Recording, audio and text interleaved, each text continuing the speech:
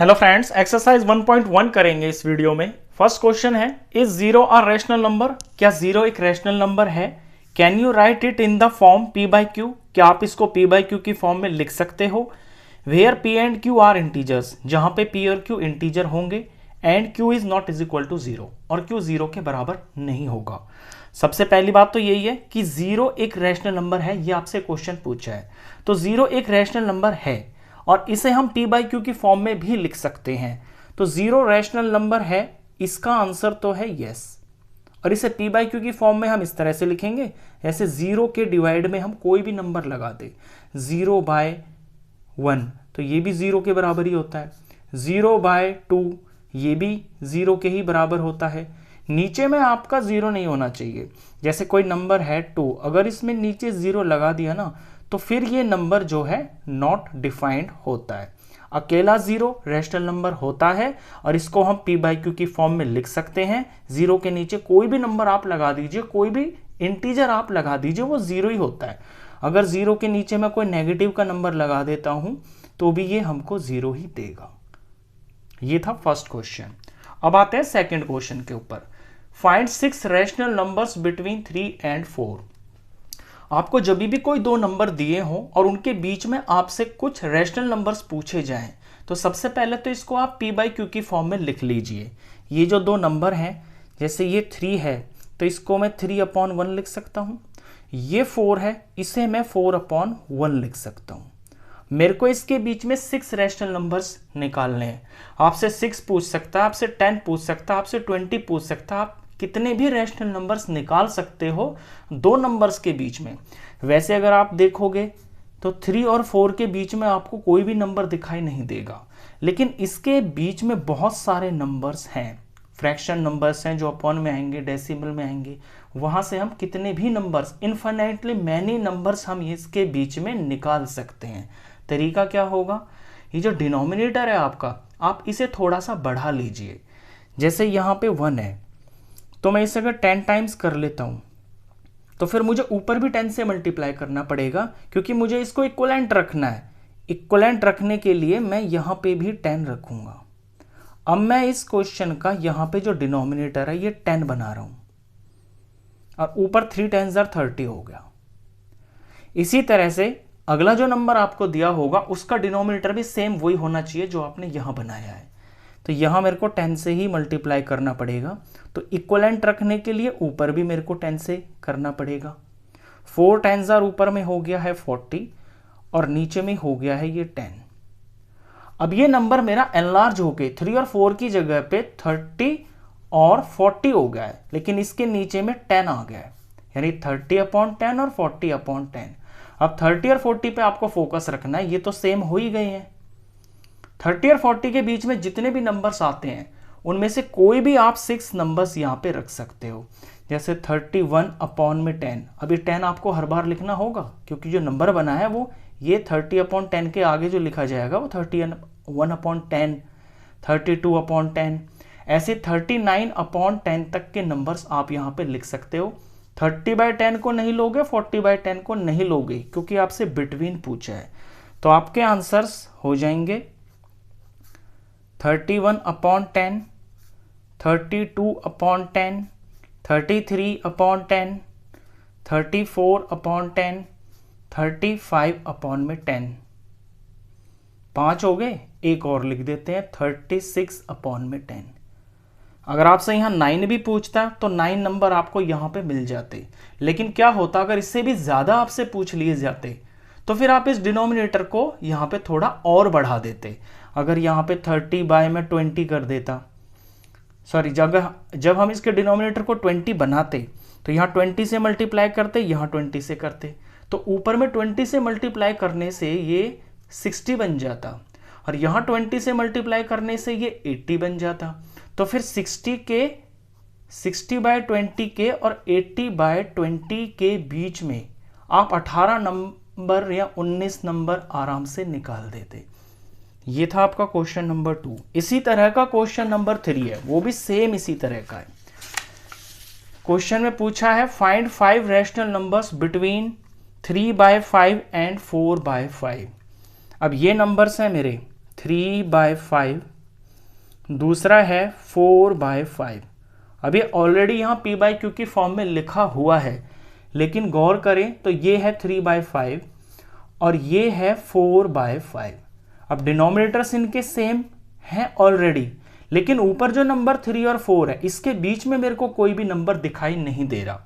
लेकिन अगर मैं इसको थोड़ा बढ़ा लेता हूं नंबर को, डिनोमिनेटर को जब मैं बड़ा करूंगा तो उसी के हिसाब से मेरा न्यूमरेटर भी बड़ा हो जाएगा, उसके अंदर मेरे को नंबर्स मिल जाएंगे। तो इसे मैं थोड़ा बड़ा कर लेता हूं, मैं सीधा इसको 10 से मल्टीप्लाई कर लेता हूं। आप अपनी जरूरत के हिसाब से कम से भी कर सकते हैं, ज्यादा से भी कर सकते हैं। अब मैं सीधा जब इसे 10 से मल्टीप्लाई करता हूं ऊपर नीचे, तो ऊपर तो हो जाएगा 30 और नीचे हो जाएगा ये 50। ऐसे अब मेरे को नीचे यहां भी 50 ही डिनोमिनेटर चाहिए, तो यहां 50 डिनोमिनेटर होने के लिए मुझे यहां 10 से ही मल्टीप्लाई करना पड़ेगा, और इसको इक्विवेलेंट रखने के लिए ऊपर में भी 10 से ही करना पड़ेगा। तो 4 टाइम्स हो गया है 40। अब नंबर मेरा 30/50 और 40/50 बन गया है। अब 30/50 और 40/50 के बीच में नंबर्स आएंगे 31/50, 32/50 से लेकर 39/50 तक के। ये 9 नंबर आ जाएंगे आपके। इनमें से आप कोई भी 5 नंबर अपने आंसर में लिख दीजिए। तो हम आंसर में लिख देते हैं 31/50, 32/50, 33/50, 34/50 और 35/50। आप इसे 10 से ना लेके अगर आप इसको 5 से भी लेते तो देखिए क्या आंसर आता। यहाँ पे 5 5 25 आ जाता और यहाँ पे 5 4 20 आ जाता। मैं जस्ट करके बता रहा हूँ आपको, आप कैसे भी कर सकते हो। आपको तो ये देखना है कि आपकी रिक्वायरमेंट कहाँ पूरी हो रही है। इसी में थोड़ा सा और देख लीजिए, ये 3/5 है, ये 4/5 है। अगर मैं इसको 5 से मल्टीप्लाई करता तो ऊपर आता 15 और नीचे आता 25। तो यहाँ भी 5 से करना पड़ता फिर मेरे को, क्योंकि डिनोमिनेटर सेम चाहिए। तो यहाँ 5 से करते तो ये आता 20।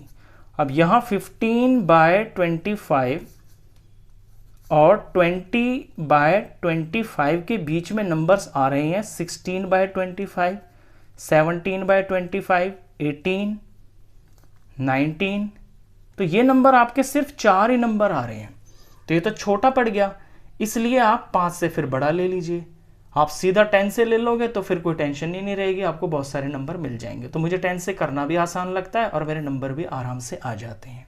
तो ये आपके ऊपर है कि आप यहाँ पे क्या ले रहे हो, बस आपकी रिक्वायरमेंट पूरी हो जानी चाहिए। ये था क्वेश्चन नंबर 3। अब करते हैं हम क्वेश्चन नंबर 4।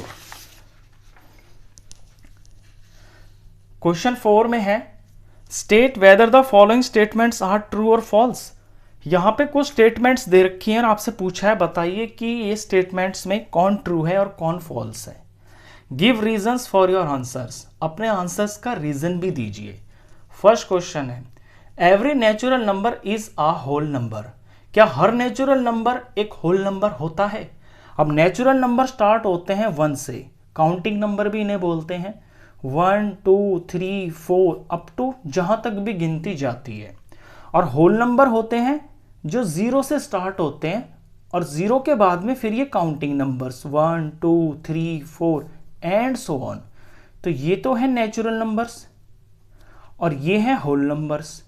अब क्वेश्चन कह रहा है क्या हर नेचुरल नंबर एक होल नंबर होता है?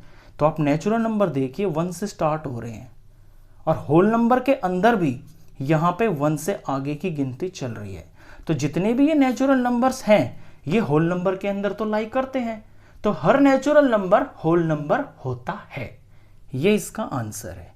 यस, ऐसा होता है। थोड़ा लैंग्वेज में लिख दोगे आप। यहां पे ट्रू पूछा है तो आप ट्रू लिखो कि हाँ ये बात बिल्कुल सही है, हर नेचुरल नंबर होल नंबर भी होता है। रीजन में थोड़ा आप ये लिख दोगे, जैसे मैंने यहां बताया ना कि जो कलेक्शन है, जो नेचुरल नंबर का जो कलेक्शन होता है वो होल नंबर के अंदर तो होता ही है, बस उसमें एक 0 एक्स्ट्रा भी होता है। इसी बात को आप थोड़ा लैंग्वेज में लिख दीजिए ट्रू, क्योंकि since the collection of whole numbers, the collection of whole numbers contains all natural numbers, contains all natural numbers।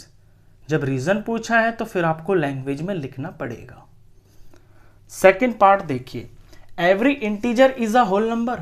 क्या हर इंटीजर होल नंबर भी होता है? तो पहले तो इंटीजर्स को देखिए।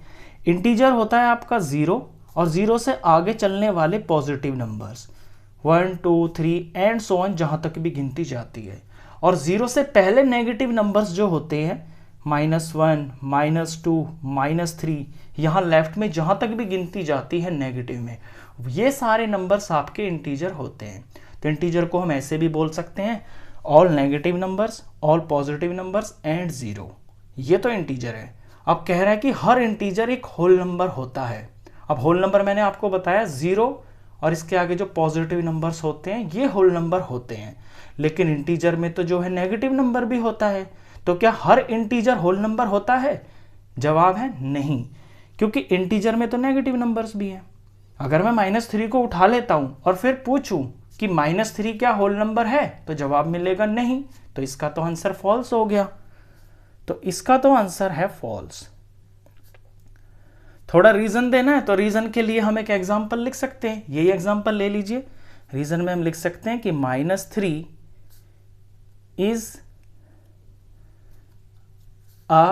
is an integer